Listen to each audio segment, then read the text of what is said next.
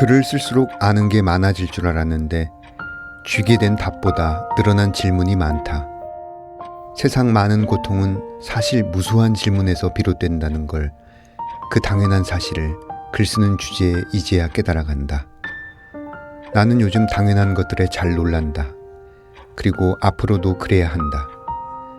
언젠가 막 선선한 가을바람이 불어오기 시작한 저녁에 한여름 불가에서 장사를 해온 엄마가 누가 와 귀싸대기 때려도 웃을 것 같다 라고 말한 것을 기억한다. 노동 후 땀에 전 몸으로 그의 첫 간절기 바람을 맞으며 선하게 맑아지던 엄마의 옆 얼굴. 때로 내 글과 숨이 엄마에게 그런 한 줄기 미풍이 되어드리면 좋겠다. 바람이 일어나는 등압선을 보듯 활자가 돋아나는 손가락 끝 지문을 물끄러미 쳐다본다. 김애란 소설가의 첫 산문집 잊기 좋은 이름에서 읽어드렸습니다. 글을 쓴다는 건 대답이 아니라 질문을 찾아가는 과정이며 그 질문의 고통을 앞으로도 놓지 않겠다는 작가의 고백에서 문학의 본질을 새삼 상기하게 됩니다. 손가락 끝에서 돋아난 문장이 한 줄기 미풍처럼 누군가에게 선한 바람을 안겨주는 것, 그리고 그 바람을 통해 또 다른 질문을 불러오는 것. 모든 독자와 모든 작가가 문학 안에서 거주하는 이유일 것입니다. 거리의 사람들 바람 따라 흐르면 서성이듯 혼자서 기다리고 날 부르는 기억에 흔들리는 땅콩이 사람들 사라졌네. 난 속을 퍼져서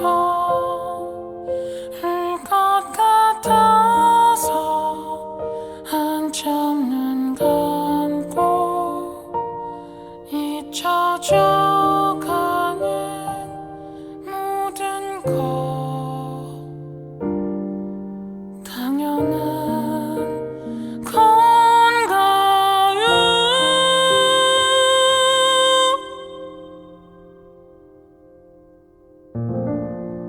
문학 라디오 헤이수의 문장의 소리.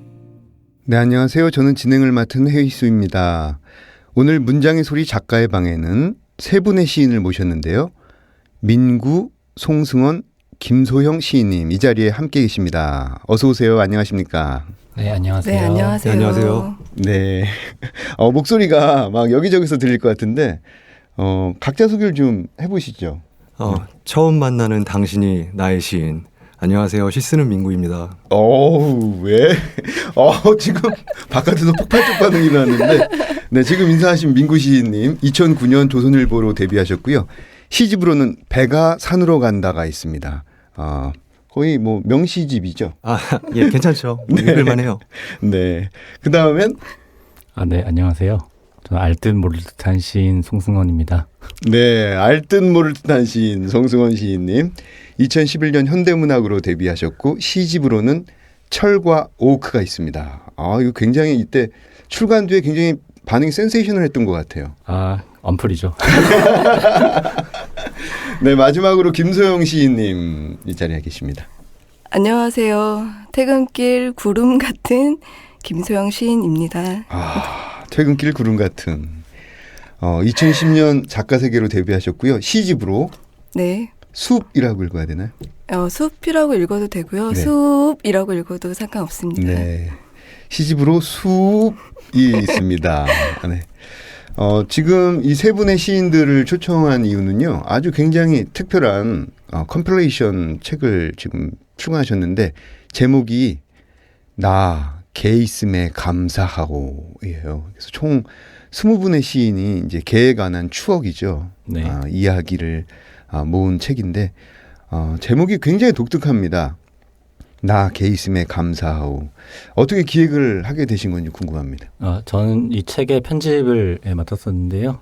기획은 아침달 출판사 대표님이 이제 개에 관한 시집을 좀 내고 싶어 했어요. 네. 근데 이제 마침 그 반려견을 호두를 키우고 있는 유계영 시인과 함께 이야기를 하게 돼서 그때 기획을 하고 진행을 하게 됐습니다. 네. 근데 제가 읽어보니까 진짜 이 20분의 시인이 자신이 그 기르던 그 개에 관한 추억들 또 혹은 지금 기르고 있는 개에 관한 이야기들을 썼는데 정말 재밌어요. 그 사진도 또 이렇게 들어가가지고 굉장히 휴식도 되고 여러모로 참 좋았습니다.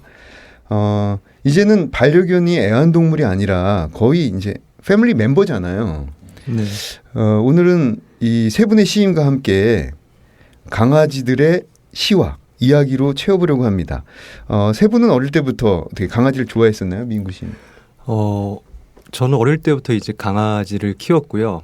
키우던 개들이 다 개들의 이름이 다 기억이 나요. 그래서 뭐 정말 초등학교 들어가기 전에는 피스라는 개를 키웠었고, 뭐 예삐 그리고 제가 좋아하는 친구들도 다 강아지를 키웠기 때문에 개가 굉장히 익숙하죠.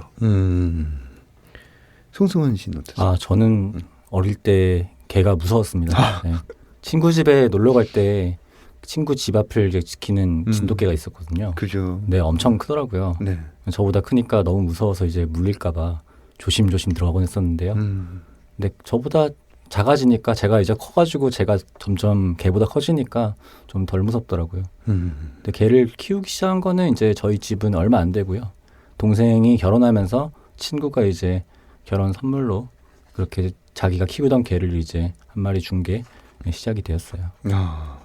그 어릴 때 그 개조심이라는 글씨, 붉은색 글씨가 이렇게 유독 많잖아요. 네. 네, 그다음에 문 열고 들어가면 이렇게 줄이 챙 하면서 개가 팍 나올 듯한 그런 소리들. 네. 무섭죠. 전 지금도 무서워요. 근데 요즘엔 조그만 강아지들이 있을 때도 있어요. 아주 네. 개조심 딱 붙여놓고. 맞아요. 그런 개는 좀 귀엽죠. 네. 덩치 안 맞아서. 그런 건 진짜 귀엽죠. 김소연 씨는 어떻습니까? 저는 어릴 때부터 개 정말 좋아했고요. 네. 그리고 이제 개가 문을 열었을 때 챙하는 소리가 무섭다고 했는데 네. 챙하는 소리가 들리면 저도 챙하면서 이제 달려가는 진짜 그런 타입이었거든요. 그래서 가끔은 개들이 저를 되게 봐줬다는 생각을 많이 해요. 겁도 없이 이렇게 만졌는데 막 물려다가 혀로 이렇게 딱 뱉더라고요. 손 같은 거를. 그래서 뭔가 얘를 물거나 그러면 안 되겠다라고 생각해서 좀 보살핌을 받았던 게 아니었나라는 생각이 들고요. 좀 개에 대해서 제대로 키우기 시작한 거는 네. 성인이 돼서 그동안은 좋아만 했지 너무 몰랐던 것 같아요. 네. 김소영 시인이 쓴 산문. 네. 굉장히 좋더라고요. 감사합니다. 먼 곳을 보는 뒤통수라든지. 네. 어쨌든 이 민구 시인이 이어달리기하고 나는 환생을 믿지 않아 이렇게 두 편을 실어주셨어요. 저는 사실 두 편 다 좋았지만 이어달리기가 또 특히 좋았거든요. 감사합니다. 예, 두 편의 시 언제 어떻게 쓴 시였나요? 처음에 이제 그 유계영 시인한테 청탁 전화가 왔어요. 강아지에 대한 시를 써줄 수 없냐. 그 시가 이제 너무 무겁지 않았으면 좋겠고 네. 좀 편안하게 할 수 있는 그런 시였으면 좋겠다 해가지고 고민을 많이 하지 않고 일단 수락을 했고요. 계영 씨가 만약에 이제 저한테 청탁을 하지 않았으면은 그 두 편은 쓰지 않았을 것 같아요. 그렇겠죠. 예. 그래서 그 강아지에 대해서 평소에 이제 좀 좋아하긴 했지만 뭘 쓸까라고 생각을 하니까 저랑 15년 동안 같이 살았던 그 복자라는 강아지가 가장 먼저 떠오르더라고요. 네. 그래서 두 편을 쓰게 됐습니다. 근데 복자는 어떤 개인가요? 복자는 이제 하늘나라에 있는 개고요. 갑분싸. 어쩔 수 없어요. 예. 그래서 죄송한 질문입니다. 어릴 때는 네. 되게 개구졌어요. 그래서 이불 속에 제가 누워 있으면 이렇게 발가락이 이렇게 나오잖아요. 그러면은 그 발가락을 와서 막 깨물고 코도 깨물고 그러던 강아지였는데 네. 커가면서 굉장히 그 의젓하고 굉장히 머리가 좋아요. 그래서 식구들이 좋아하기도 하고 복자도 식구들을 많이 좋아하던 그런 사랑스러운 개였습니다. 네. 그 이어달리기 맨 첫 줄에 보면 이 다음에는 너의 개가 될게 이런 굉장히 좀 찡한 느낌이 오는데 복자에 있었던 즐거운 에피소드 한 토막 들려주시죠. 즐거웠던 순간이 굉장히 많아요. 많은데 복자가 배추를 좋아했어요. 김소영 씨의 그 시 보면 이제 당근 이야기도 나오는데 네. 저희 집 강아지는 이제 그 배추랑 홍삼 이런 걸 되게 좋아했어요. 홍삼. 그래서 몸에 좋은 걸 엄청 밝히고 자기 몸을 잘 챙기는 개였는데 배추를 이제 어머니께서 김장을 하려고 막 배추를 다듬다가 이렇게 배추를 한 쪼가리 던져주면은 그걸 또 줄거리는 먹고 이파리는 이렇게 어금니 사이로 막 뱉어요. 그래서 그런 모습이 되게 신기하기도 했고 좀 영악하기도 하고 그래서 되게 즐겁게 오래오래 남았던 기억이 아닌가 그렇게 생각을 합니다. 네. 이 질문을 드리지 않을 수가 없을 것 같은데 가장 슬펐던 기억은 또 어떤 걸까요? 아무래도 그 복자가 하늘나라로 가는 날에 3년 됐어요. 얼마 전에 7월 달이 이제 복자가 하늘나라로 간 지 3년 되던 날인데 그날 계속 누워 있다가 이렇게 오줌이 마려웠나 봐요. 네. 그래서 갑자기 이렇게 스르르 일어나더니 비틀거리면서 자기 혼자 다녀와서 가만히 또 누워가지고 식구들 눈을 한 번씩 보고 그렇게 떠났던 기억이 나요. 그래서 좀 그런 기억이 좀 많이 오래 남지 않나. 네, 여러분 이 책을 보시면은 지금 말씀하신 것에 대한 디테일을 또 함께 감상하실 수 있습니다. 송승헌 씨는 네. 이제 개는 모른다, 개는 안다, 그리고 발이 닿는 곳마다 이 두 편을 실어주셨는데 네. 어떻게 쓰인 시였습니까? 우선 그 기획 의도에서 일단은 개에 대한 시보다는 개에 대한 시들을 많이 쓰잖아요. 개가 대상화된 시들은. 근데 그보다는 개를 위한 시를 좀 써보자라는 공감 취지가 다 있었기에 우선은 개가 읽어도 좋아할 만한 거. 물론 개는 못 읽지만 글자를. 네. 네. 그리고 개가 읽어도 알아들을 수 있을 만한 것. 그러면 보통 사람들도 알아들을 수 있겠죠. 네. 그런 일단 쉬운 시를 쓰려고 노력했고요. 그리고 반려견을 뭐 키우는 이들이라면 누구나 한 번쯤은 공감해볼 만한 그런 주제로 쉽게 접근하자. 네, 그러면서도 그 안에 또 읽어보면 또 곱씹어 읽어보면 깊은 뜻도 있게 만들자. 그럼요. 네, 그런 걸 생각하면서 썼던 것 같아요. 이 라임이 굉장히 입에 쫙쫙 붙게 살아 있습니다. 개는 모른다, 모르는 개는 안다, 개는 안다, 개는 그러나 개는 모른다. 굉장히 재밌어요. 이거 혹시 이따가 낭송할 기회가 있나요? 네네. 예, 그럼 그때 들어보도록 하겠습니다. 마초와 즐거웠던 한때. 예. 마초는 활동량이 대단히 많아요. 프렌치 불독이라서. 그래서 그냥 가만히 있질 않거든요. 계속 제가 좀 쉬고 싶어도 계속 강아지가 이제 장난감 들고 오고 산책 나가자 그러고 그러는 개이기 때문에 마초는 이제 거제에 있는데 저는 서울에 있고 네, 집에 있는 개예요. 근데 제가 집에 내려갈 때마다 그렇게 항상 놀고 하는데요. 그래도 뭐 마초랑 그 줄다리기 하는 게 제일 재밌는 것 같아요. 장난감 가지고. 줄다리기. 네, 힘이 좀 장난 아니죠. 네, 힘이 세거든요. 그래서 그 둘 잡고 누가 더 힘센지 이렇게 왔다 갔다 하는 게 재밌는 것 같아요. 어떻게 마초야 우리 집에 오길 정말 잘했다 이랬던 순간이 있을까요? 마초가 생긴 다음에 그러니까 마초가 우리 집으로 온 다음에 가족이 된 다음에 가족방이 생겼어요. 그 채팅방에. 저는 그 전까지는 저희가 가족방이 없었거든요. 맞아.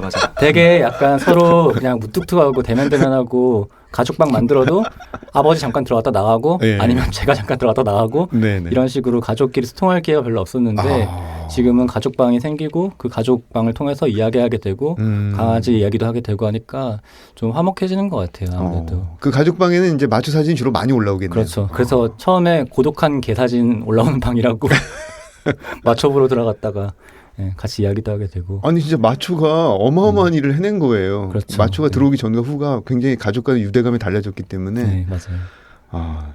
김소영 씨는 이 개신 그리고 당근 두 편을 실어주셨는데 전 당근 진짜 보면서 당근을 이렇게 잘 먹는 개가 있나? 너무 신기하더라고요 정말. 네. 그러니까 저는 사실은 그러니까 꼬미 같은 경우에는 다른 음식들을 먹으면 알러지 반응이 바로 나오고 그런 개였어요. 그래서 먹을 걸 줄 수가 없는데 매번 사람이 음식을 먹으면 그렇게 침을 흘렸거든요.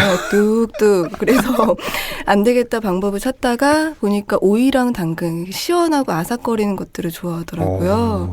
그래서 냉장고에는 늘 오이랑 당근이 아주 신선하게 있었어요. 사람 먹는 거 아니고 먹으면 혼나고. 이야. 그 꼬미와 몽이 함께 썼던 또 즐거운 시간 들려주시죠. 아, 그러니까 사실은 꼬미가 이제 간 다음에 가족들이 너무나도 이제 더 이상 웃음을 찾지 못할 것처럼 너무 많이 상심을 했었어요. 상심을 했고 두 번 다시 걔 안 키운다 막 이런 말이 진짜 나왔거든요. 저도 그런 생각이었고 근데 그러다 보니까 꼬미와 좀 비슷한 다른 개를 한번 더 키우면 좋겠다라고 제가 생각이 들었어요. 가족과 모두를 위해서. 그래서 몽이가 왔는데 네. 이 종이 잉글리시 코카스파니엘이거든요. 정말 비슷해요. 하는 행동들이. 성격만 다르고 행동이 정말 비슷해요. 습성 자체가. 네, 그래서 보면서 꼬미 생각하고 너 진짜 꼬미 할머니 때문에 봐준다 이런 얘기를 하면서 지금까지 좀 계속 두 마리가 있는 것 같이 지내긴 해요. 네. 그 써주신 그 에세이라고 해야 되나요? 이 짧은 네. 글에 보면은 꼬미죠. 오래 창밖을 바라보던 뒤통수가 그립다. 네. 무슨 생각해? 물어도 큰 귀만 움직일 뿐 대답해주지 않았다. 저는 이 문장을 보면서 우리가 이렇게 오래 창밖을 바라봐도 누가 우리 뒤통수를 기억해주지 않잖아요. 그렇죠. 아닌가요? 아니, 민구 시인은 동일하지 너무 않는데. 잘 쓰셔가지고 네. 그냥 속으로 저도 이렇게 쓰고 싶다는 생각을 했어요. 정말 최근에 본 에세이 중에 인상에 남을 만한 에세이였어요. 이거 제가 그냥 평소에 너무 좋아하던 행동이었거든요. 그냥 보고만 있어도 너무 좋은 거예요. 네. 그냥 뒤통수만 봐도 너무 좋아서 진짜로 아무것도 안 하고 지켜볼 때가 되게 많았어요. 네. 어떻게 출간을 하고 난 뒤에 주변 반응은 좀 어떠신가요? 주변 반응은 이제 부모님이 일단 먼저 보셨어요. 보고서 시가 많이 좋아졌네. 제가 깜짝 놀랐어요. 그래서 네 감사합니다 이러고 이제 말았는데 그런 반응이었고 주변에서는 이제 아무래도 전체적인 이 강아지를 좋아하는 사람들이 많이 읽으니까요. 너무 슬프다는 거예요, 이 책이. 근데 저도 사실은 오늘 오면서 다시 한번 읽었거든요. 네네. 근데 민구 시인 이어달리기를 읽었는데 또 갑자기 눈물이 찡하는 거예요. 네. 그래서 일부러 더 말로 했어요. 슬프네. 참 슬프다 하면서 이제 눈물을 좀 감추려고 했는데 이게 공공장소에서 읽을 만한 시집은 아니었는 것 같다. 라는 생각을 진짜로 잠깐 했었어요. 저는 민구 시인이 배가 산으로 간다 그 시집을 다 읽었는데 그거보다 이 시가 더 가슴을 치고 들어왔어요. 시집 나온 지 너무 오래돼가지고 예. 얘기가 자꾸 배가 산으로 가는 것 같은데. 고인 것 같아요. 조금 이제. 어떻게 민구 시인은 네. 이 책 나오고 어떻게 주변 반응이 좀 어땠습니까? 저희 집에서는 이제 어머니께서 제 시가 좋다는 얘기는 말씀 안 하셨고 안미옥 시인 시가 좋다고 하면서 그렇습니다. 네. 그 송승헌 시인은 네. 이 책을 어느 부류의 독자들이 좀 많이 봐줬으면 좋겠어요. 그 평소 시라는 걸 좀 어렵게 생각하던 분들이 좀 가벼운 마음으로 접근했으면 좋겠어요. 그래서 시가 생각보다 읽기 쉽고 재밌고 좋으면서 감동도 있고 또 그렇게 어렵진 않지만 뭔가 좀 더 있는 것 같다. 이야기 외에 그 내용 외에 뭔가가 더 있는 것 같은 장르다. 그런 걸 좀 알게 되는 그 징검다리 역할을 했으면 좋겠네요. 네. 저는 이런 대답이 나올 줄 알았어요. 그 고양이를 키우시는 분들이 좀 읽었으면 좋겠다. 그 작가들 시인들 중에 고양이를 키우시는 분들도 있고 이제 네. 개를 네. 키우시는 분들이 있잖아요. 네. 근데 저는 좀 약간 변별점이 궁금한데 고양이에 비해서 개를 키우면 어떤 점이 좋습니까, 민구 씨? 어릴 때는 이제 강아지가 예쁘다, 뭐 음. 귀엽다 이런 외향적인 면들을 많이 봐서 개를 많이 좋아했는데 지금은 그 사람 곁에서 함께 살아가는 반려동물들이 다 좋아요. 그래서 강아지도 좋고 제가 알고 있는 길고양이들도 그 집 앞에 많고요. 저희 집 앞에는 이제 가필드라는 뚱뚱한 고양이랑 백자라는 그 하얀 고양이가 있어요. 그래서 그 고양이들도 친하고 또 저희 집에는 거북이를 키워요. 그래서 근데 거북이랑은 의사소통이 많이 안 되는데 30년 넘게 이제 보다 보니까 정이 좀 드는 것 같아요. 그래서 함께 살아가는 모든 생물들이 다 좋고 많이 사랑을 해주셨으면 좋겠어요. 30년 넘게 키웠어요? 네. 제가 6살 때 그 잘 가던 중국집에서 저희 집에 이제 줬던 남생이라는 그런 종인데요. 지금 잘 크고 있어요. 주로 뭘 먹습니까? 막기차 햄버거라고 그 사료 이름인데 그런 막기차 것도 햄버거. 먹고 가끔 이제 그 사료 말고 날고기도 주면 그죠? 네. 맛있게 먹어요. 저희 집에서 기르던 거북이가 있었는데 이름이 조예요. 조. 이렇게 맨날 뭘 음식 좀 줘 그래갖고 좋은데 삼겹살을 엄청 잘 먹었어요. 생삼겹살. 네, 생삼겹살 이렇게 썰어서 주면은 네. 목이 이만큼 나와가지고 좋아요. 엄청 좋아해요. 어떻게 보면 이 세 분 모두 첫 번째 시집을 내고 엔솔로지 시집을 내셨는데 두 번째 시집 계획은 어떻게 돼가고 있는지 궁금합니다. 저는 그 작업 중입니다. 작업 중이고요. 그 별일 없으면 민음사에서 9월 중에 나올 것 같아요. 네. 예, 방금 송승헌 시인이 네네. 9월 중에 별일 없으면이라는 전제가 붙어 있는데 별일 없으면 9월 중에 여러분 다음 시집을 보시게 될 것 같습니다. 네, 저도 작업 중이에요. 근데 저는 별일 없으면이 아니라 아직 모르겠어요. 그래서 좀 들여다보고 싶은 마음이 좀 많이 생기고요. 그리고 사실은 묶으면 묶겠는데라는 생각도 하지만 제가 자꾸만 더 붙잡고 싶은 것 같아요. 예. 지금 딱 그런 상태입니다.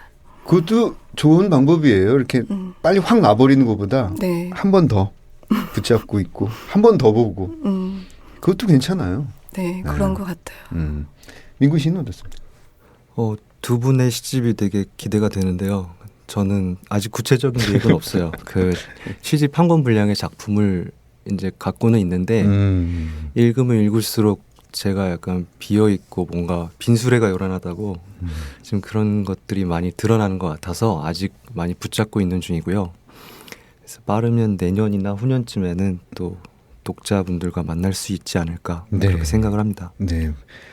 좀 모색 중인 모습도 보기 좋습니다. 글쎄요.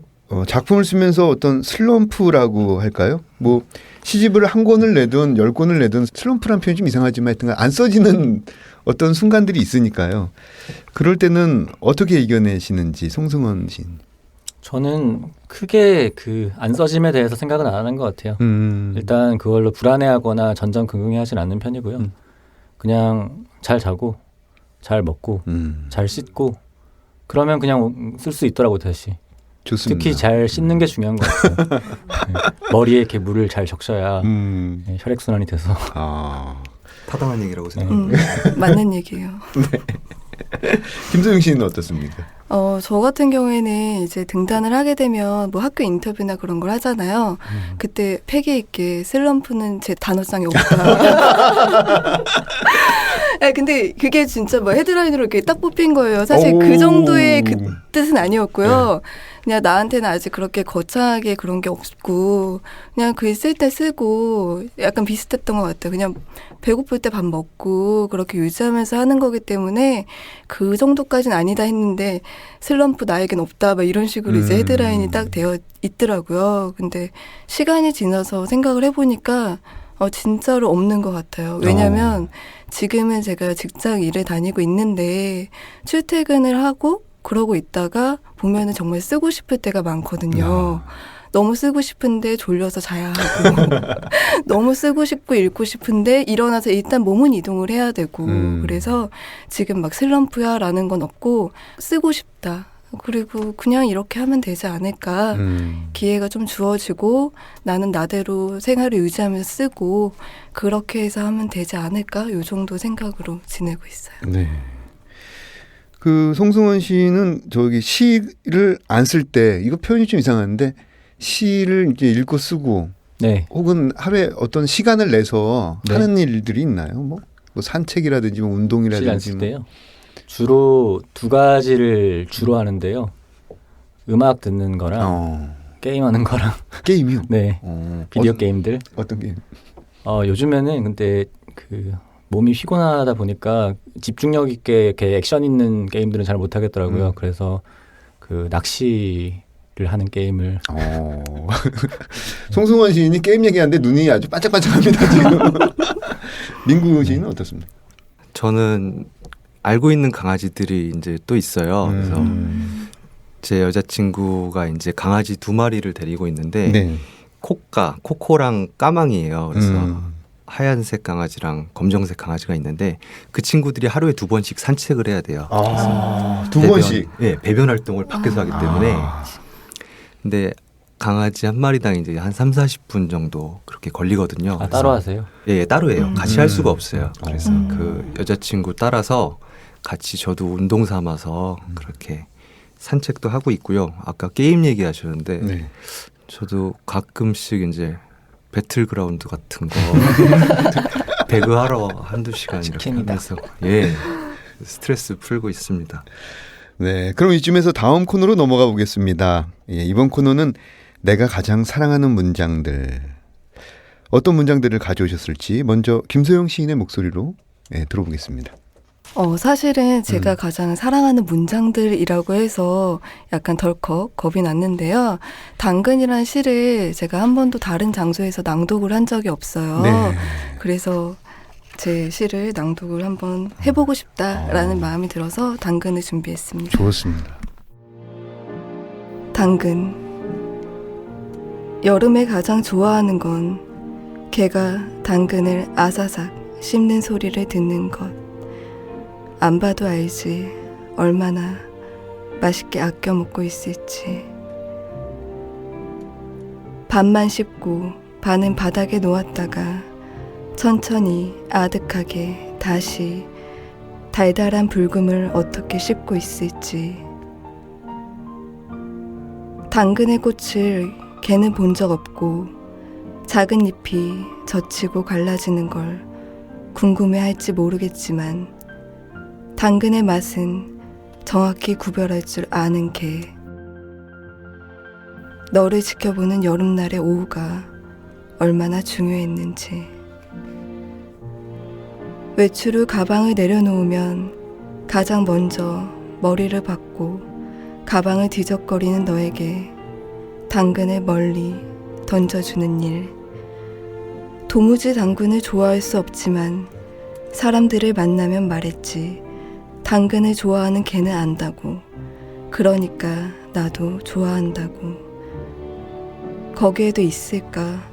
풀숲이, 도요새가, 천사가 거기에도 당근이 있을까?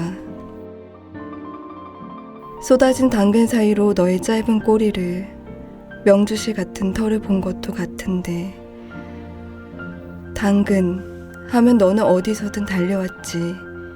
이쯤 되면 걔는 달려와야 할 텐데. 네, 감사합니다. 맨 마지막에 목소리가 좀 약간 울컥울컥 좀. 사실 당근이란 말을 함부로 할 수 없었거든요. 집에서. 네. 꼬미가 자고 있으면 좀 비슷한 발음만 들려도 벌떡 일어나서 달려왔어요. 그 지금도 이렇게 당근을 보시면 좀 생각이 날 것 같아요. 생각이 나죠. 저는 정말 지금도 당근을 안 좋아해요. 네, 안 좋아하는데 그래도 보면 좋고 당근이 얼마나 쓸모가 있는 그런 얘기를 좀 많이 해요. 네. 아유, 하여튼간. 네, 다음으로는 송승헌 시인. 네. 네. 저도 그 시집에 있는 제 시 아까 언급한 개는 모른다 모르는 개는 안다를 낭독하도록 하겠습니다. 개는 모른다 모르는 개는 안다. 개는 모른다 이 장난감 안에 든 간식을 어떻게 꺼낼 수 있는지. 그러나 개는 안다 곧 그 간식을 먹게 되리라는 것을. 개는 안다 오늘 낮 당신의 외출은 개를 위한 일이 아니라는 것을 알면서도 그 난리. 그러나 개는 모른다 당신의 외출이 개의 간식을 만든다는 것을. 개는 모른다. 바깥이란 온통 개가 모르는 것들로 이루어져 있다는 것을. 그러나 개는 안다. 그렇기에 바깥이 흥미롭다는 것을. 개는 모른다. 당신이 오늘 왜 슬픈지. 그러나 개는 안다. 당신이 슬프다는 것을. 개는 모른다. 당신이 아는 많은 것들을. 그러나 개는 안다. 당신이 모르는 많은 것들을. 개는 안다. 당신이 개를 얼마나 사랑하는지. 그러나 개는 모른다. 당신이 개를 얼마나 사랑했는지. 와, 아니 이거 어떻게 느낌은 좀 어떠세요? 저 귀가 녹는 줄 알았어요. 아니 정말 낭독회 맨 앞자리에 앉으면은 이런 느낌이겠구나 좀 그런 생각을 했습니다. 감사합니다. 어떻게 김소영 씨는 어떻습니까? 어떻게 들으셨나요? 아, 너무 듣기 좋고, 그리고 그 듣기 좋음과 함께 그 마초가 굉장히 건강하게 움직이는 모습이 자꾸 떠오르는 거예요. 그래서 더 재밌게 들었습니다. 네. 어떻게 읽어주신 시에 대해서 해주실 말씀 있으신지? 일단은 그 마초가 간식을 먹는 이야기잖아요. 저희 어머니가 사다 주신 공 보면은 장난감 공인데 그 장난감 플라스틱 공 안에 간식을 넣을 수 있어요. 그래서 공에 이제 뚫린 구멍이 있어서 공을 굴리다 보면은 간식이 떨어져서 개가 먹을 수 있는 그런 구조로 되어 있어요.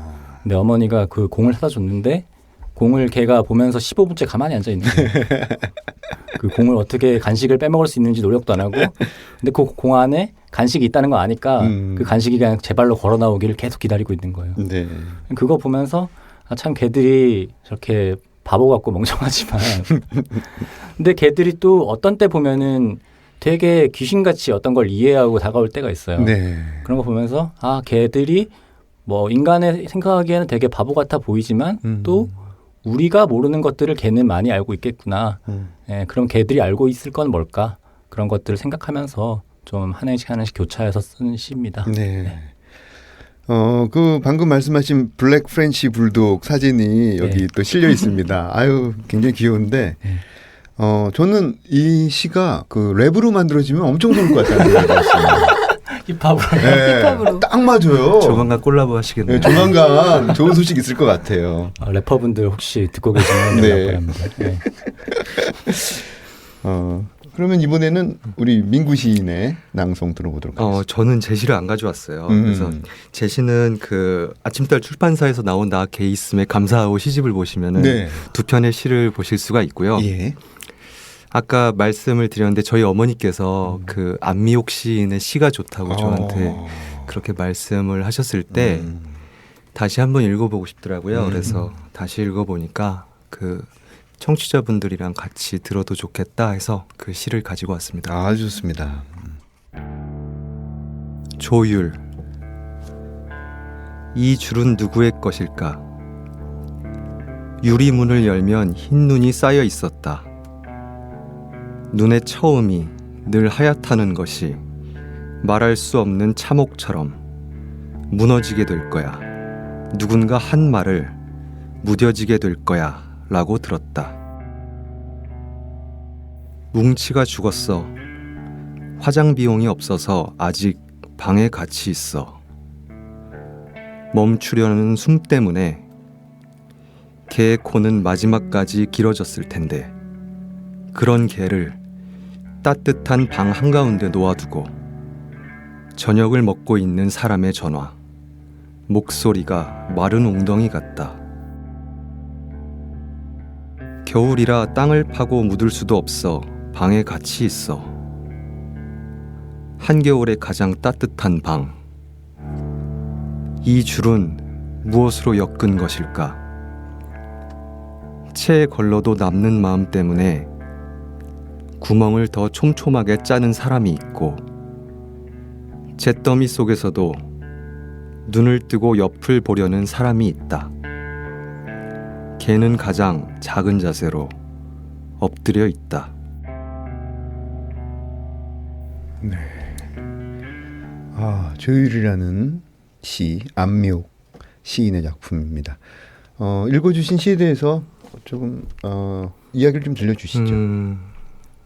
여기 그 같이 시를 그 실은 20분의 시인들 가운데서 이제 어떤 한 작품을 뽑는 게 일단 너무 어려웠고요. 네네. 저는 안미옥 시인의 이 조율이라는 시 중에 채에 걸러도 어떤 남는 마음이란 무엇일까 계속 생각을 해봤던 것 같아요. 그래서 자기랑 같이 살던 반려동물을 떠나 보내고 나서 그게 완전히 이제 사라지는 게 아니거든요. 이제 마치 살아있는 것처럼 앞에서 이제 보이기도 하고 계속 마음속으로 걸러내도 결국에 보이는 것들에 대해서 이야기를 하고 있는 시 같아가지고 되게 좋았습니다. 네. 아마 이 뭉치가 굉장히 행복할 것 같아요. 기억해주는 사람들이 있다라는 것만으로도 아마. 예. 거기다가 또 민구신이 또 이렇게 낭송을 해줘가지고. 어머님이 또 좋아하시고 민구신이 어머니. 네, 어머니 이 방송을 듣고 계시다면 꼭 좋아요 눌러주세요. 네. 네, 다음 코너는 원래는 사운드 앤 스토리인데요. 오늘은 작가님들이 소중하게 여기는 어떤 소리. 우리 민구 시인이 가져오셨다고 그러지 않았어요? 네, 제가 가져왔습니다. 네, 한번 들어보도록 하시죠.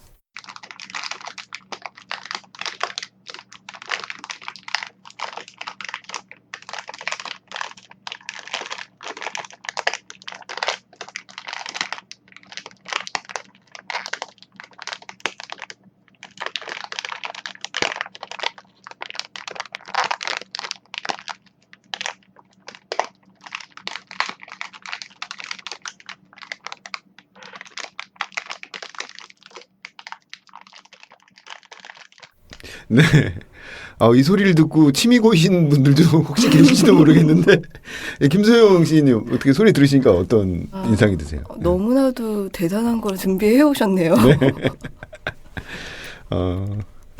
그다음에 송승헌. 네. 저도 가끔 그 ASMR이라 그러잖아요. 유튜브도 저도 보다 보니까 그런 것들 많이 좀 영상이랑 같이 접하게 되는데 그런 거 들을 때마다 뭔가 그 사람 노침에 고이는 것 같아요. 개 음식이나 개 과자 같은 것들 하면서. 네.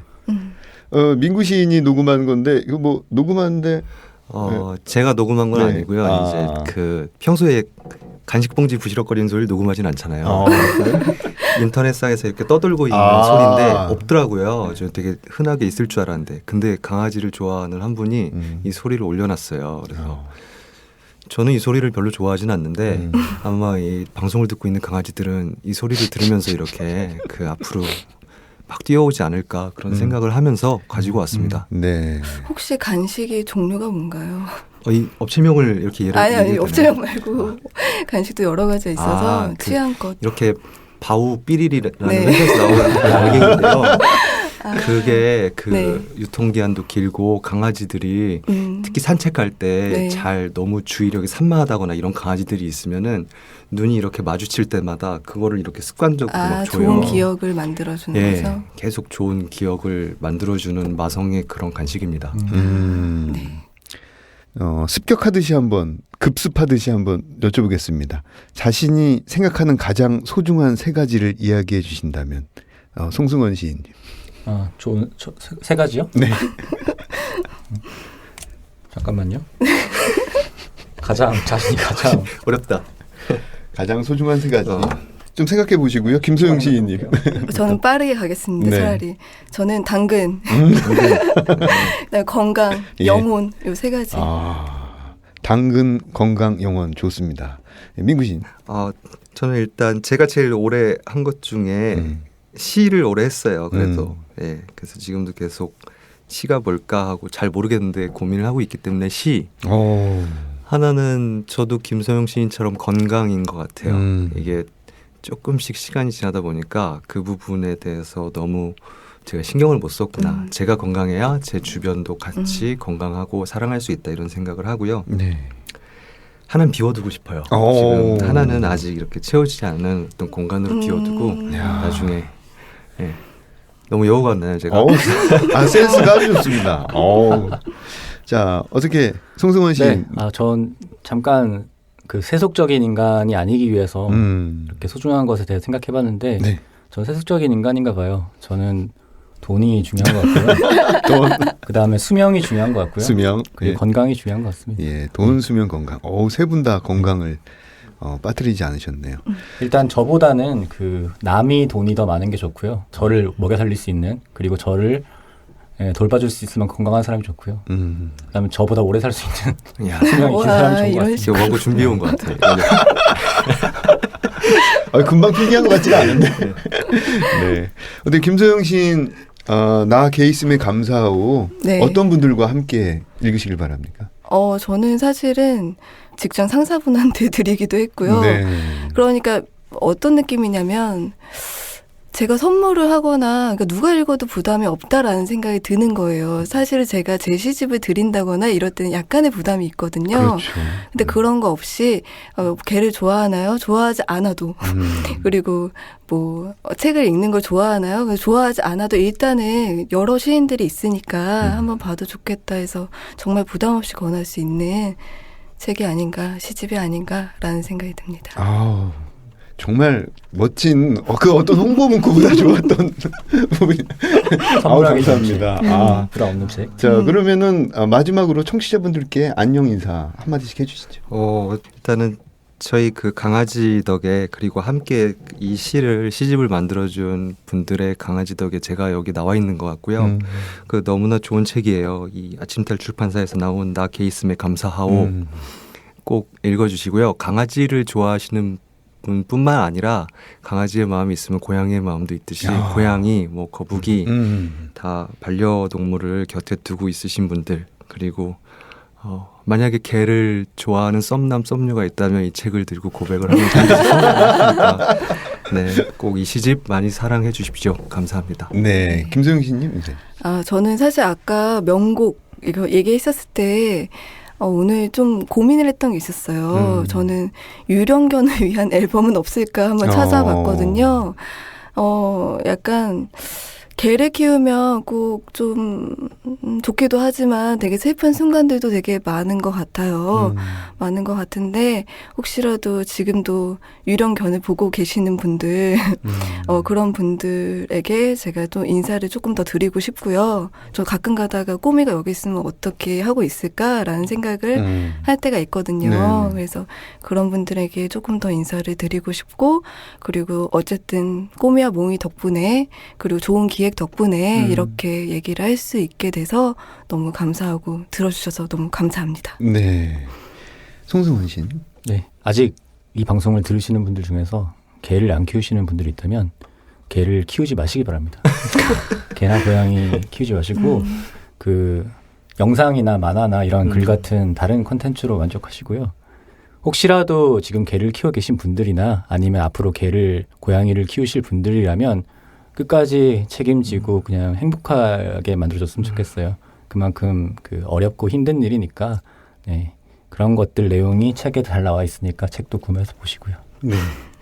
나 게이슴에 감사하오. 개와 함께한 시간에 대하여 청취자 여러분들의 많은 관심을 부탁드립니다. 민구, 송승헌, 김소영 시인님 보내드리고 저는 2부 책들의 방에서 뵙겠습니다.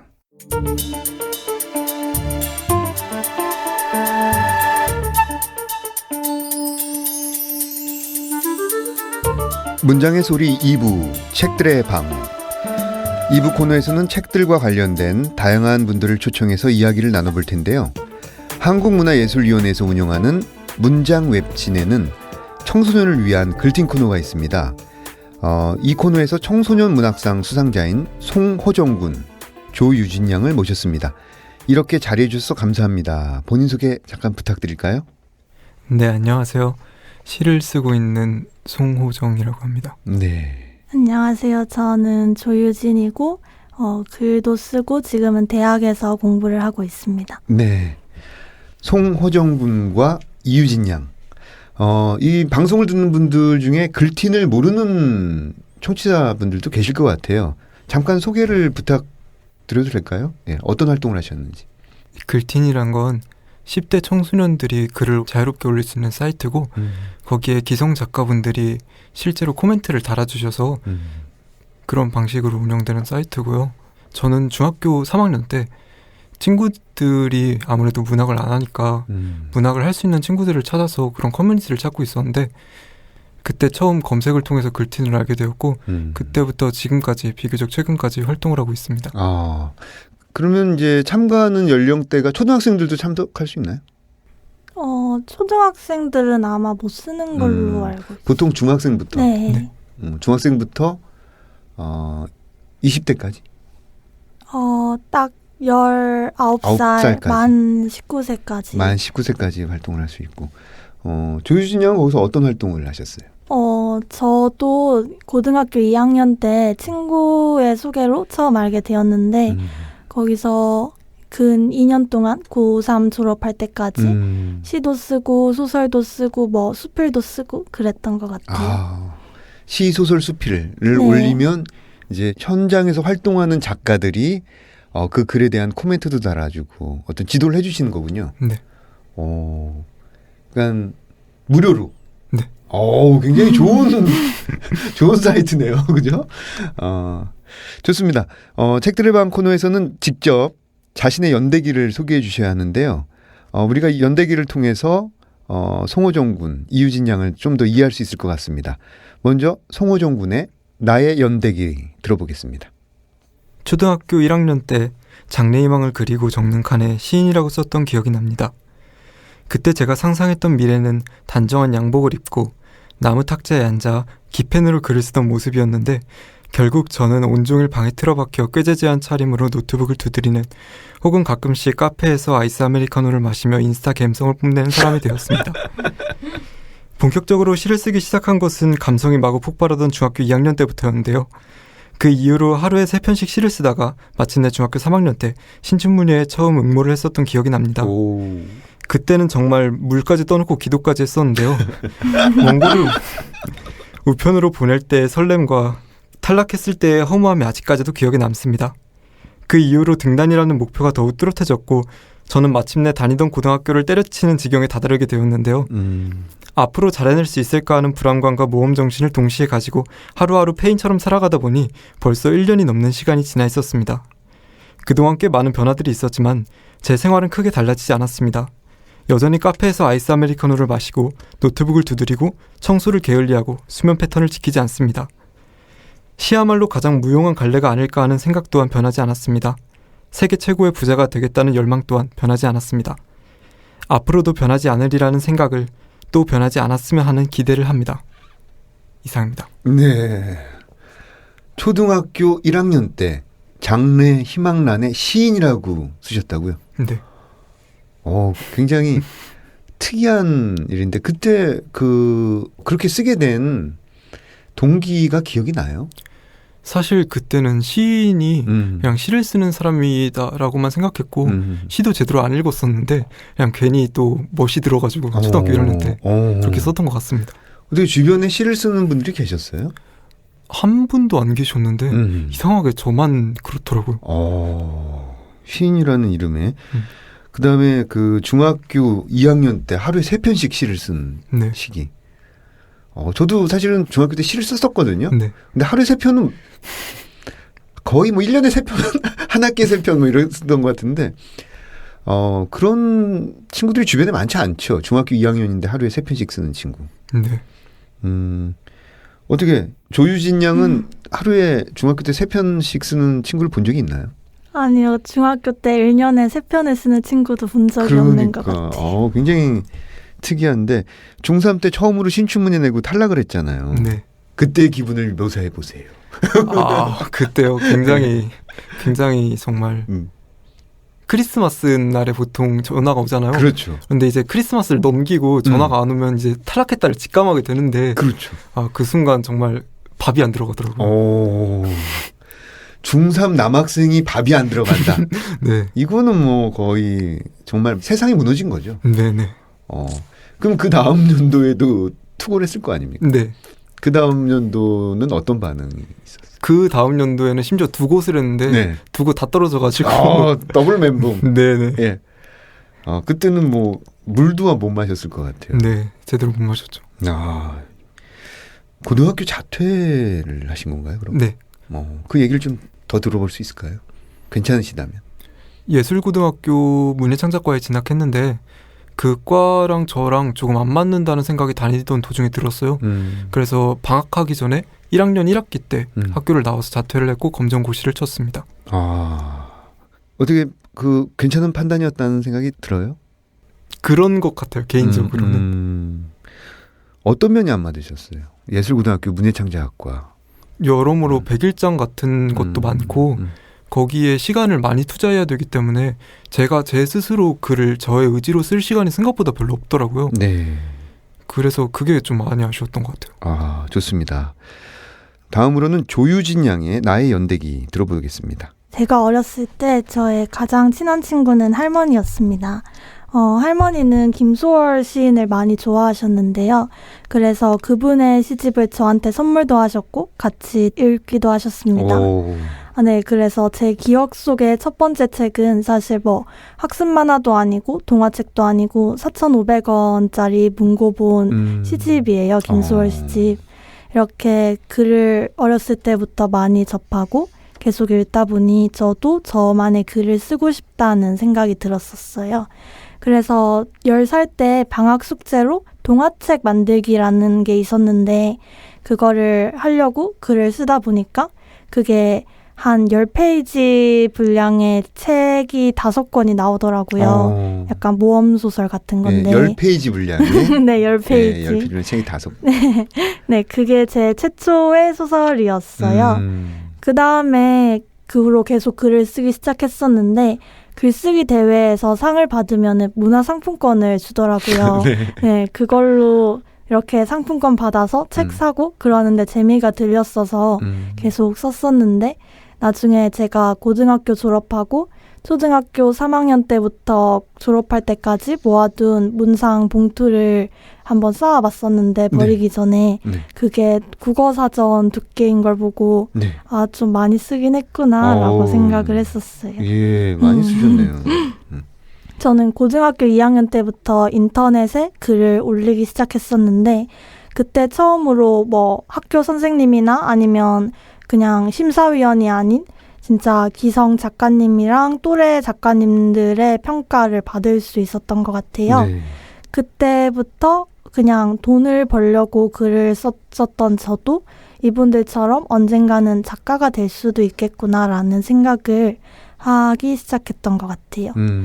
이제 저는 또 입시를 했었는데 그때 일반 학과에 진학을 할지 아니면은 이런 예대 문예창작과에 진학을 해서 글에 대해서 더 배울지 고민을 했었어요. 그러면서 제 글들을 다시 읽어봤는데 그 소재가 되게 한정적이라는 생각이 들었었거든요.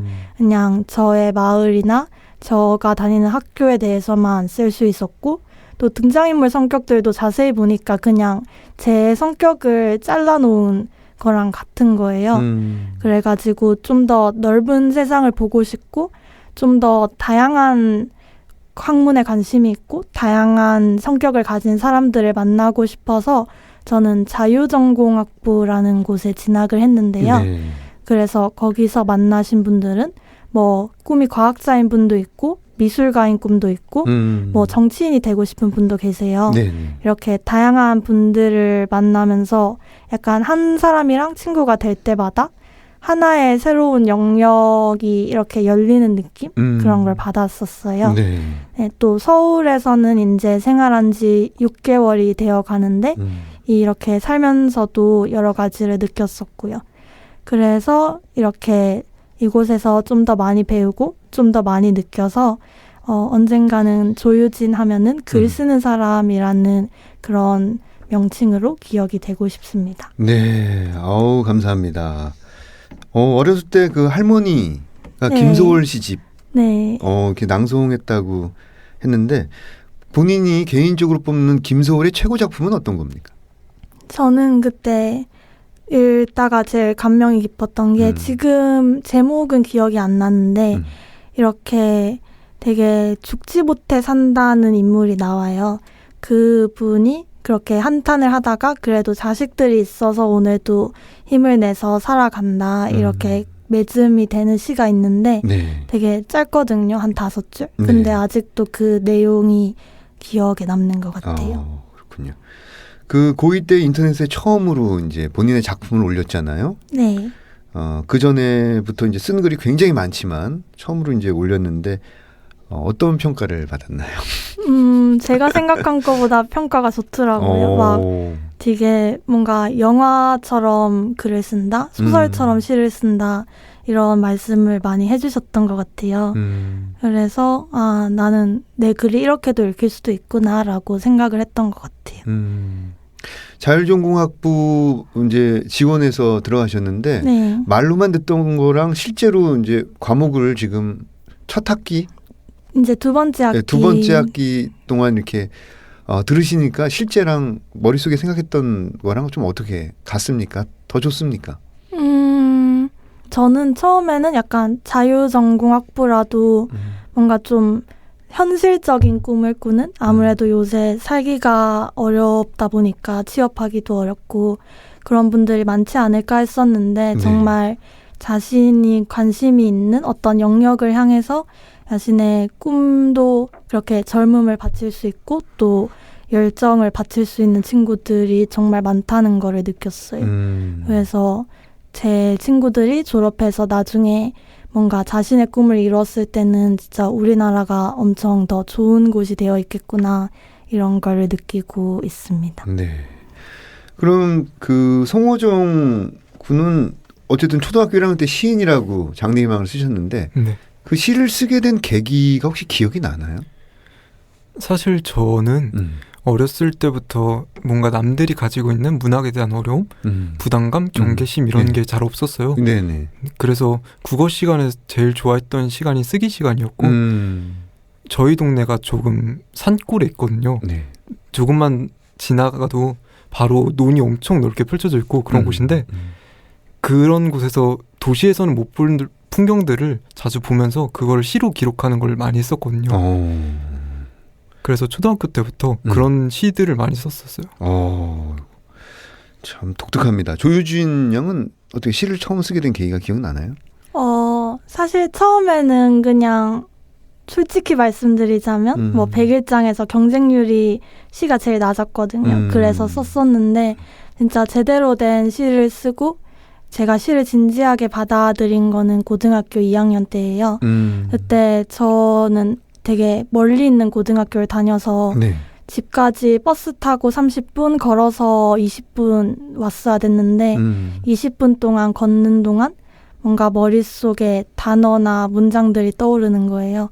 그것들을 모으니까 시가 됐고 네. 이렇게 시를 쓰게 됐어요. 네. 조유진 양은 지금도 어떻게 시를 열심히 쓰고 계신가요? 어떤가요? 지금은 네. 바빠가지고. 바쁘기도 하고 또 제가 시를 뭔가 직업으로서 쓰기보다는 저는 소설 쪽에 좀 더 관심이 많아서 아직은 잘 안 쓰고 있는데 그래도 뭔가 떠오르면 써볼 생각입니다. 네.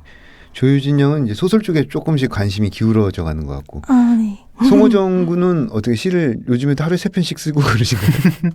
요새는 정말 시 쓰는 게 한 편 쓰기도 너무 오랜 시간이 들여져가지고 이제 한 편 쓰는데 한 달 걸리기도 하고 2달 걸리기도 하고 그렇게 됐습니다. 좀 자연스러워요. 지금도 하루에 막 3편씩 쓴다면은 굉장히 네. 질투할 뻔했어요. 네. 어떻게 송호정 군 본인이 생각하는 시라는 게 무엇이라고 여기시는지. 누가 말했는지 그 말의 출처는 기억이 나지 않지만 누가 시를 낯섦의 문학이라고 말했거든요. 근데 저는 그 말에 많은 부분 동의하는 게 네. 우리가 흔히 시적이라고 일컫는 말들, 그러니까 비유가 들어간 문장들이나 아름답게 꾸며진 문장, 이러한 것들이 왜 시적이라고 불리는가를 생각해 보면 네. 우리가 일상에서 사용하는 언어와 시 속의 언어에서의 그 차이에서 오는 낯섦과 괴리가 우리에게 어떠한 정서를 주기 때문이라고 생각을 했거든요. 네. 그래서 저는 오히려 시가 되지 않는 텍스트는 없다고 생각해요. 네. 우리가 흔히 비시적이라고 알고 있고 그렇게 믿고 있는 텍스트들도 시라는 비일상의 영역에서 지극히 일상적인 비시적인 텍스트를 놓는 순간 기존의 의미를 상실하고 낯섦을 부여받기 때문에 그런 것들도 충분히 시가 될 수 있다고 생각하고, 그렇기 때문에 시가 가장 문학 중에서는 다양성을 가진 그런 갈래가 아닌가 생각합니다. 네, 좋습니다. 조유진 양이 생각하기에 시 혹은 문학 고등학교 때부터 네. 평가를 받았는데 어떤 이런 것들이 본인의 삶에 어떤 영향을 끼쳤다고 생각이 되세요? 저는 문학이 영향을 끼쳤다기보다는 그냥 제 삶의 일부인 것 같아요. 저는 그냥 계속 글을 썼었고, 그리고 그게 어떨 때는 중학생 때는 약간 일상에서 큰 부분을 차지했거든요. 또 지금까지 제가 썼던 글이 없었더라면 지금 제가 만나는, 그리고 제가 친하게 지내는 수많은 분들을 못 봤을 것이고, 또 그 글이 없었다면 지금의 모습이 되지도 않았을 것이고, 그래서 문학은 그냥 저의 일부라고 그렇게 말씀드리고 싶습니다. 네. 어느덧 약속 시간이 훌쩍 넘어갔습니다. 문장의 소리에 첫 출연하셨는데요. 소감 대신에 나에게 가장 소중한 것 3가지를 이야기하신다면 송호정 분부터. 저는 조금 속물적일지도 모르겠지만 네. 돈, 예. 건강, 네. 그 다음에 송호정 이렇게 3개 고르겠습니다. 돈, 건강, 그리고 송호정. 네. 좋습니다. 조유진 양은? 저는 제 일기장이랑요, 네. 노트북이랑 기억을 꼽고 싶습니다. 일기장과 노트북과 기억. 네. 뭔가 좀 차원이 좀 다른데. 네, 문장의 소리 이제 마칠 시간인데요. 다음 주에 이어서 2분 초대해서 이야기를 더 나눠보도록 하겠습니다. 여기까지 저는 헤이수였고요. 다음에 찾아뵙겠습니다. 감사합니다.